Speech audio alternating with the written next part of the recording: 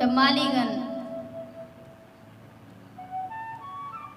मालीगण भगवान को वाटिका के अंदर प्रवेश करने से रोकती हैं, तब भगवान कहते हैं, हमारे श्री राम कहते हैं कि तुम हमें वाटिका के अंदर जाने दो और हमें एक पेड़ छूकर देखने दो। यदि तुम्हें ऐसा लगे कि कोई खतरा है तो तुम हमें वापस लौटा देना। सखिया कहने लगी कि महाराज, आप वाटिका के अंदर तो तब जाएंगे, आपको पुष्प तोड़ने हैं और सरोवर में कमल के पुष्प लगे हुए हैं और उनको तोड़ने के लिए तो आप सीढ़ियों से ही होकर जाएंगे जो पत्थर की हैं। यदि हमें उनमें कोई खतरा लगा तब हम आपको वापस कर देंगे, लेकिन ये खतरे की बात नहीं है। खतरे की बात तो ये है कि हम तो आपको जाने देंगे, परंतु आपको रोकने के लिए आगे और भी बैठे हुए हैं। भगवान राम बड़े ही चक्कर में पड़ गए कि यदि ये नहीं रोकेंगी तो आगे और कौन ऐसा है जो हमें अंदर जाने से, अंदर प्रवेश करने से रोकेगा। तब मालीगण कहती हैं कि प्रभु, पुष्प पे जो भंवरे मंडरा रहे हैं उन्होंने कमल का दर्शन दूर दूर से किया है, सरोवर में ही कमल का दर्शन किया है, परंतु जब वो आपको देखेंगे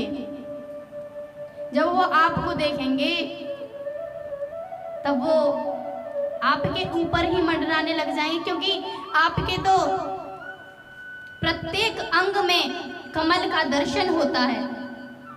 तो हमें इसमें भी खतरा है, हम आपको अंदर भला कैसे जाने दें।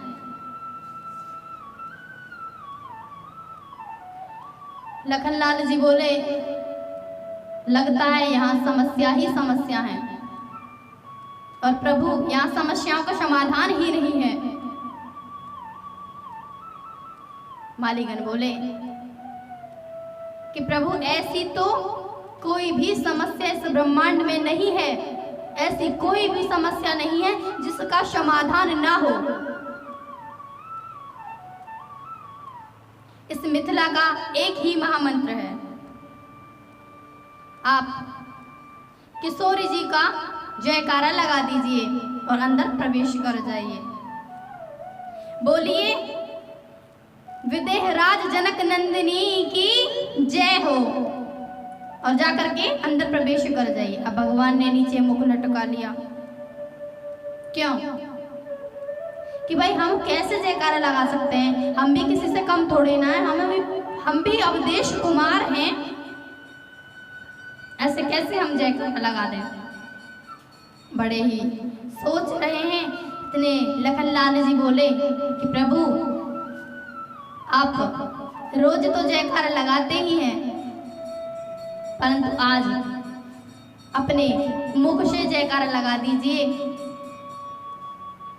राम जी फिर भी नहीं बोले कुछ भी।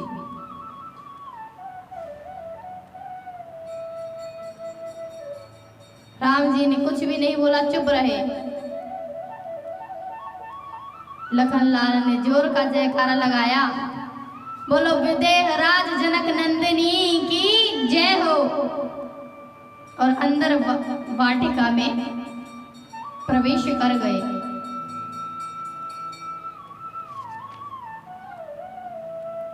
इस प्रकार से उन्होंने वाटिका में प्रवेश किया है और वाटिका में प्रवेश करते ही उन्होंने देखा है कि जो पुष्प हैं, जो पेड़ हैं, जो वाटिकाएं हैं, जो कलियां हैं, वो भगवान को देख करके ऐसे विमुग्ध हो गई हैं, इतनी प्रसन्न हो गई हैं, इतनी सुंदर हवा चल रही है। उस वाटिका का यह सुंदर दृश्य देख करके लखन जी भी मुग्ध हो गए। भगवान श्री राम पुष्प लेने के लिए जिस भी लता पर हाथ बढ़ाते हैं अपना, वो लता भगवान का हाथ बढ़ने से ही पहले खुद भगवान की तरफ झुक जाती है। खुद लताएं भगवान को पुष्प प्रदान कर रही हैं। भगवान को इतना आनंद महसूस हो रहा है उस वाटिका में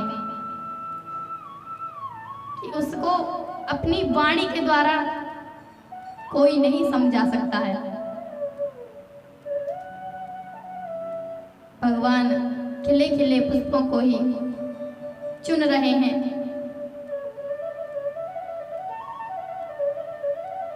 खिले खिले पुष्पों को भगवान चुन रहे हैं, अपने हाथों में ले रखे हैं भगवान।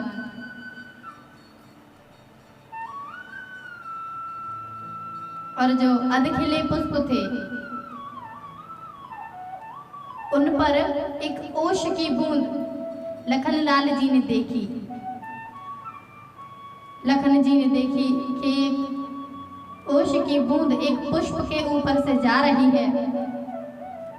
तब लक्ष्मण जी कहने लगे कि आप क्यों रो रहे हैं, तुम क्यों रो रहे हो? तो वह पुष्प कहता है कि आज मेरा ऐसा दुर्भाग्य न होता तो मैं भी भगवान के हाथों में होता। आज मैं खिला नहीं हूं, आधा खिला हुआ हूं, तभी तो भगवान ने मुझे नहीं लिया है। मैं अपने भाग्य पर रो रहा हूं।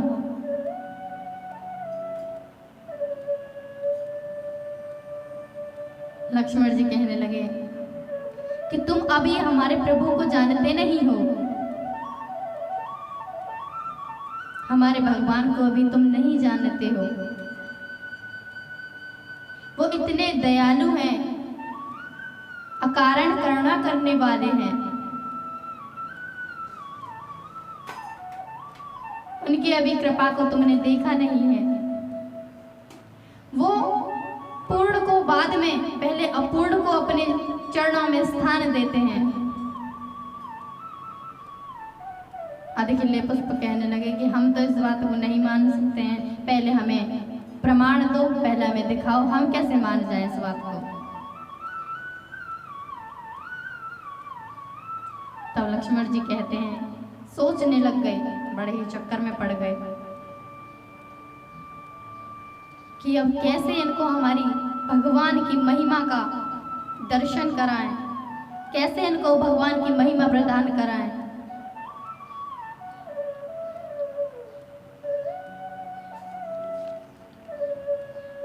लक्ष्मण जी भगवान राम के पास गए और कहते हैं कि प्रभु, आज हमारा आपका श्रृंगार करने का मन है। राम जी पहले तो मुस्कुराए और मुस्कुराने के बाद कहते हैं ठीक है। लक्ष्मण जी ने एक जगह पर राम जी को बिठाया और बिठाने के बाद जो अधखिले पुष्प थे उनका गुच्छा बना रखा था उनके हाथ में, तब उनके मुकुट पर उन पुष्पों को सजाने लगे जो आधे खिले हुए थे।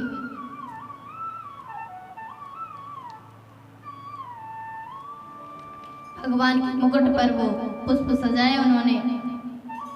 इतने सुंदर लग रहे हैं भगवान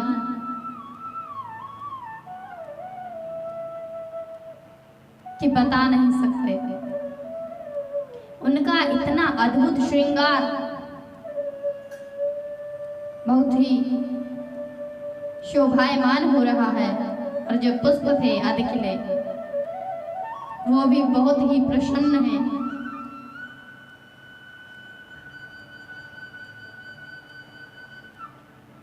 भगवान को अपने भक्तों से ज्यादा अपने भक्तों के भक्त अधिक प्रिय लगते हैं। जैसे नाते में एक बुढ़े को अपने पुत्र से ज्यादा अपने पौत्र प्यारे लगते हैं, उसी प्रकार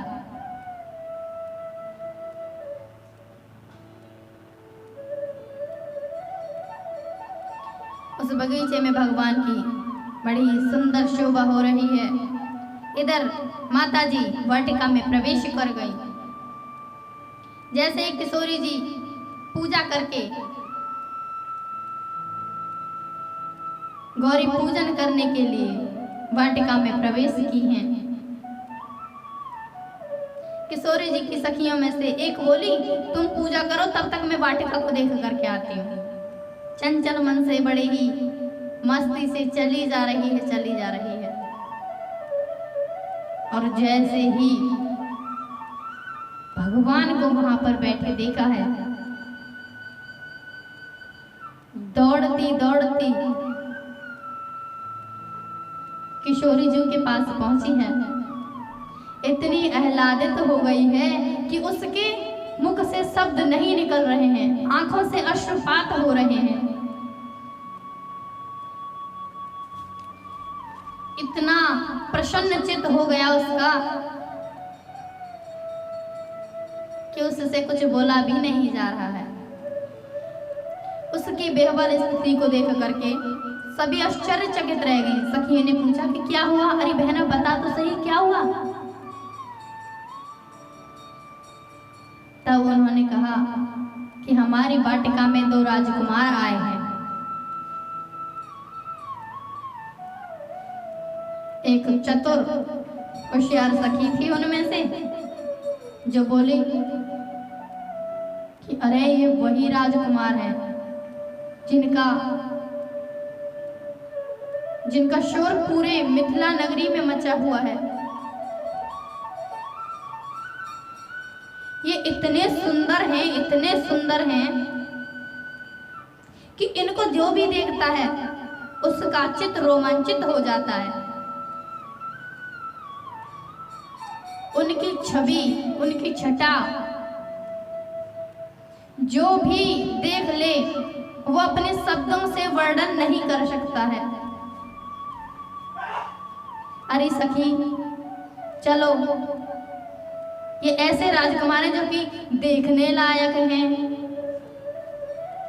सभी सखियां चल दी। उस बौराई हुई सखी को आगे करके सारी सखियां उसके पीछे पीछे चल दी।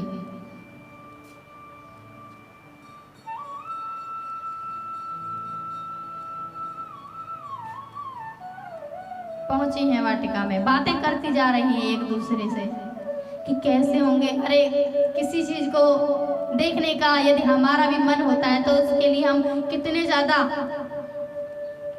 ज्यादा उत्सुक होते हैं, एक्साइटेड होते हैं। जब हमारा छोटी मोटी चीजों के लिए ऐसा मन होता है तो वो तो हमारे स्वयं भगवान श्री राम थे।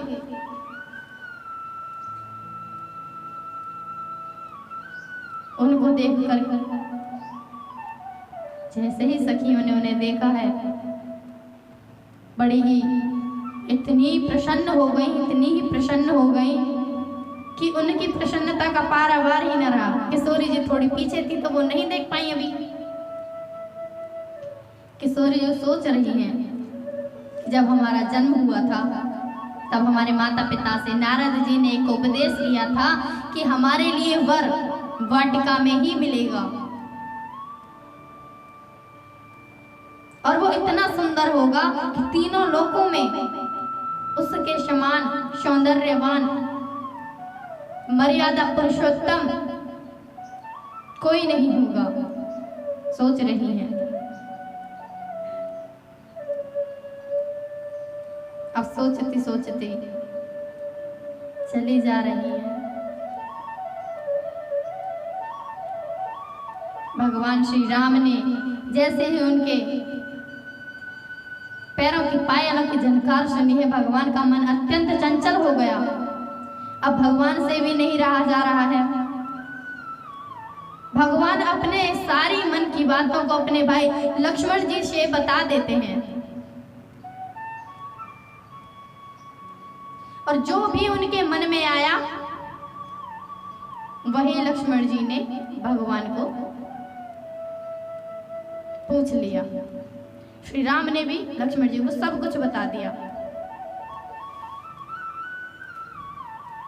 अब लक्ष्मण जी सोचने लगे कि अवश्य ही भगवान का